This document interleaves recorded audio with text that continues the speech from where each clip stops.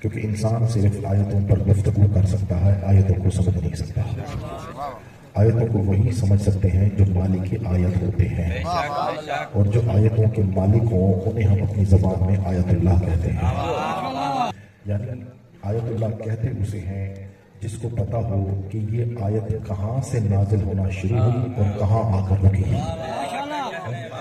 یعنی جو آیتوں کی ابتدا سے اس کی انتہا تک کے وارث ہوں انہیں آل محمد کہتے ہیں۔ اس کی سب سے بڑی دلیل یہ ہے، اگر یہ آیتوں کے وارث نہ ہوتے، علی کعبے میں آنکھ کھولتے ہی قرآن نہ سناتا۔ دیکھیے، جو بھی کوئی بھی صحیفہ پڑھتا تھا یا کوئی بھی کلام الہی پڑھتا تھا، یا توریت یا زبور یا انجیل یا قرآن، اور قرآن جنہوں نے پڑھا آل محمد نے، ان سب نے قرآن پڑھا اپنی زندگی میں۔ جنہوں نے قرآن تلاوت کیا تو اپنی زندگی میں تلاوت کیا، کیونکہ یہ مالک ہونے کی دلیل تھی۔ زندگی میں قرآن پڑھنا اور ہے، بعد زندگی جو قرآن پڑھے اسے حسین کہتے ہیں۔ اور حسین نے قرآن پڑھ کر بتایا کہ اگر میں بعد زندگی پڑھ سکتا ہوں تو سمجھنا سارے کے سارے ایسے ہیں، علی بھی ایسے ہیں، حسن بھی ایسے ہیں، مہدی بھی ایسے ہیں۔ اور یاد رکھیے گا، قرآن کے بقا کی دلیل کو امام زمانہ کہتے ہیں۔ قرآن اس وقت تک باقی رہے گا جب تک مالک قرآن ہوگا۔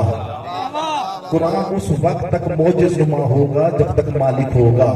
قرآن کا مالک نہ ہو، خدا کی قسم سورہ رحمان پڑھتا رہے کبھی اثر نہیں دکھائے گا۔ اگر کوئی شخص کسی مسئلے کے لیے، لوگ کہتے ہیں کہ ڈر لگتا ہے تو آیت الکرسی پڑھیں، سفر پر جائیں تو یہ آیت پڑھیں، لیکن آپ پڑھتے ہیں ان کا اثر معلوم ہوتا ہے۔ قرآن الحمد پڑھتے ہیں، اس کا اثر ہوتا ہے۔ معلوم ہوا مسلمان چاہے مانے یا نہ مانے، قرآن کی کسی بھی صورت کا اثر ہونا اس بات کی دلیل ہے کہ بارہواں اس میں اثر ڈال رہا ہے۔ اگر امام زمانہ موجود نہ ہوتے تو آج خدا کی قسم قرآن کا اثر نہ ہوتا۔ تو جو قرآن اتنا اثر رکھتا ہو اپنے مالکوں کی موجودگی میں، اللہ جانے وہ مالک اتنا اثر رکھتے ہوں گے۔ تو جب 12ویں کا یہ مقام ہے، اللہ جانے 12ویں کے دادا علی کا کیا مقام ہوگا۔ 12ویں کا جو دادا ہے علی، اس کا اتنا اثر ہے کہ میرے نبی کی حدیث ہے، پورا قرآن پڑھ لو، اگر چاہتے ہو جلدی پڑھ لو اور اثر بھی جلدی ہو، فقط میرے بھائی علی کا نام لے لو، ختم قرآن کا ثواب ملتا ہے۔